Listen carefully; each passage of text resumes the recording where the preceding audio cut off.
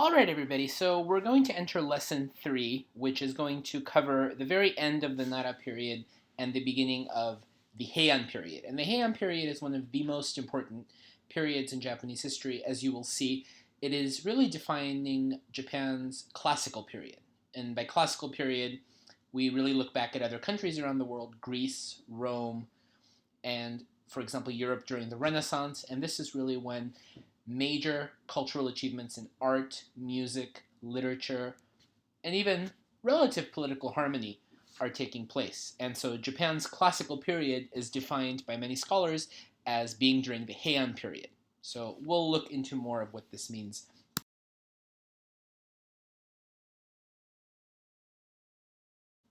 in this lecture. Okay, but before we get into the Heian period, we need to look at the tail end of the Nara period.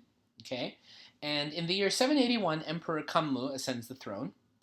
And 3 years later, in 784, he decides, along with the help of his advisors, that the capital city would be changed from Nara to another city. And this is quite a big deal because, as you might remember from the previous lecture, until the capital was brought to the city of Nara, Japanese capital cities would change every time an emperor would die. So Nara being the permanent capital was a pretty big deal. However, in just 70 or so years, the capital is going to be moved again. Why was the capital moved from Nara? Well, there's four main reasons for this decision.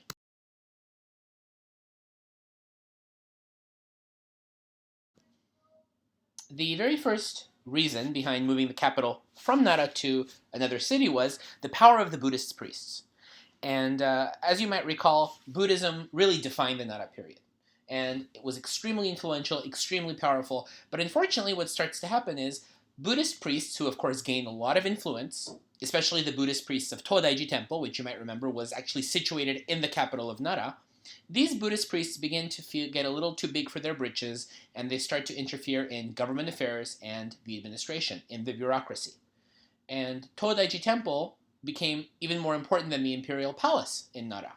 And so Emperor Kammu didn't really like what was going on, and he didn't like having to consult the Buddhist priests for help with political decisions, and he thought that they were just getting a little too powerful for their own good.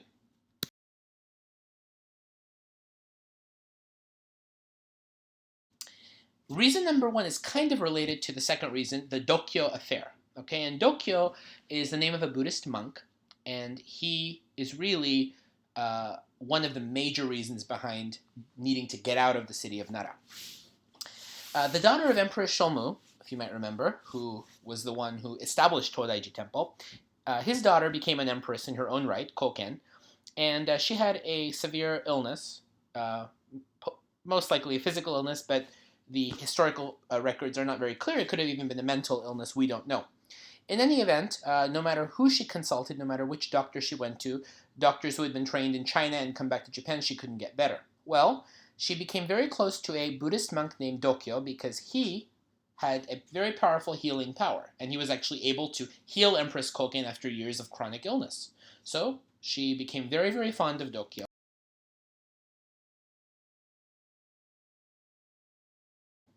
And she basically started to trust him completely with everything. Okay, because of course he's the one who healed her illness, so of course she would want to trust him with everything. So eventually she promotes Dokyo to become a very, very powerful minister, and he becomes the most important and powerful minister and Buddhist priest in Japan. His power even begins to exceed the Fujiwara family, the Uji clan who had been helping the imperial family for generations. And so now, for the first time, we have a Buddhist monk, Dokyo, who begins to yield political power in his own right. And this is very, very dangerous for the imperial family.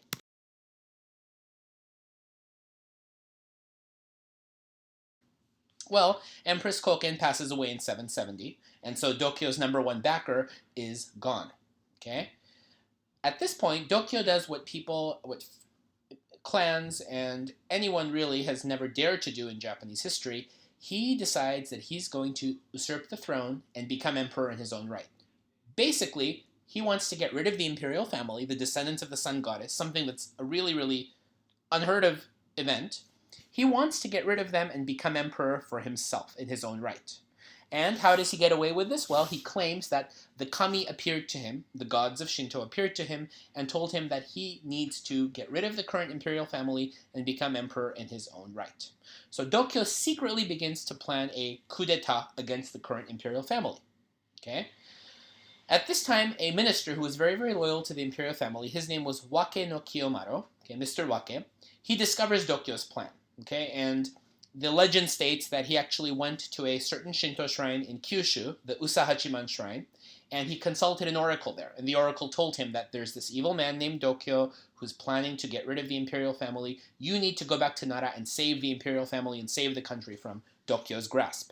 Okay, we don't know if this really happened. Chances are Mr. Wake found out from the court from Nara, and he was able to get, through word of mouth, he was able to figure out Dokyo's plan. Maybe there was a spy who revealed everything, but the legends state that he found out from this mysterious oracle in a Shinto shrine. So you can pick which version you want to believe. But in any event, Wake goes to Nara and exposes Dokyo's plan to everybody, including to the imperial family, to the emperor, and to his advisors, and Dokyo is exposed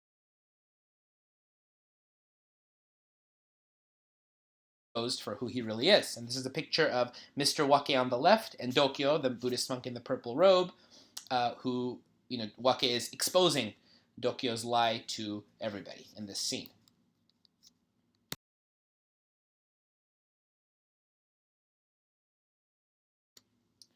Finally, Dokyo was banished from Nara since his plan to take over the throne, take over the imperial throne, was discovered. Dokyo was banished from Nara to a very distant province, and he died there only 2 years later in 772. And thanks to Mr. Wake, the imperial family was saved from Dokyo's evil plan, and they were able to continue ruling uninterrupted. And because of this, Mr. Wake's statue still stands. If you go to the Imperial Palace in Tokyo today, you will see the statue there outside, and this is actually Mr. Wake. So even now, almost over 1,000 years later, the imperial family is still thankful to Mr. Wake for saving them from Dokyo.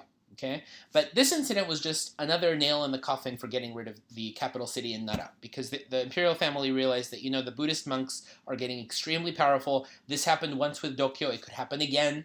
We need to get out of here and get as far away from the Buddhist monks, and especially the monks of Todaiji, as possible.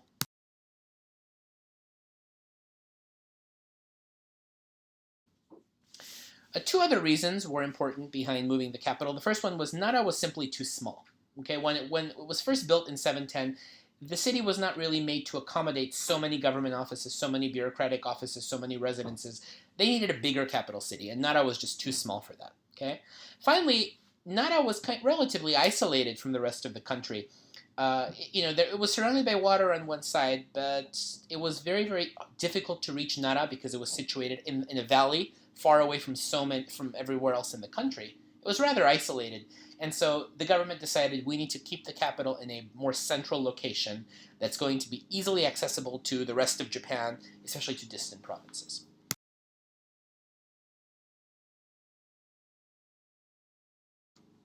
So in 784, 10 years after the decision was made to leave Nara, the emperor and his government offices, all bureaucratic offices, left the city of Nara for another city.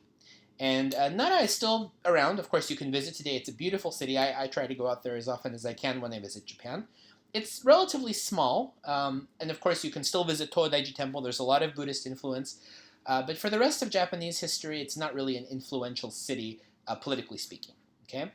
So from Nara, the emperor moved, the capital city was moved to the city of Nagaoka. Okay? And as soon as they moved to Nagaoka, bad omens started taking place. There was a famine, there was a disease outbreak, and many people died after contracting the disease. And so Emperor Kammu thought, something's not working out here. Obviously, there's a sign that this is not a good decision to keep the capital in the city of Nagaoka, so we need to move from here too. Something's not working out.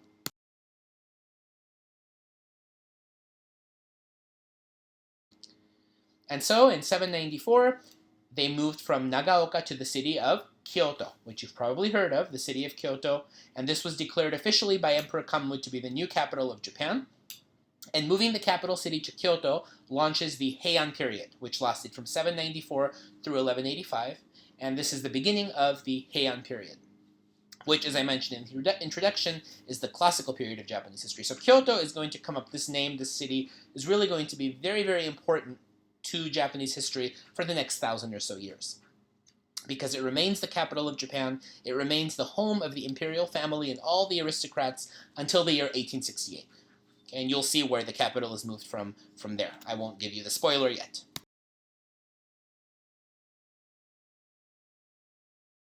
Okay, so why did they choose Kyoto? How did they choose Kyoto? Well, just like with Nara, they used a feng shui, Chinese geomancy, because Kyoto was surrounded, just like Nara, by mountains on 3 sides and water on 1 side. So this was a very lucky location. Unlike Kyoto, however, unlike Nara, Kyoto was in a much more central location. It was very, very easy to access distant, faraway provinces via both water and via land, the land route. Okay, and Emperor Kammu had some relatives who had lived there. Minor imperial princes and so forth, siblings, cousins. They lived in this region, and so it was very easy to go to Kyoto because there was already a connection to this city.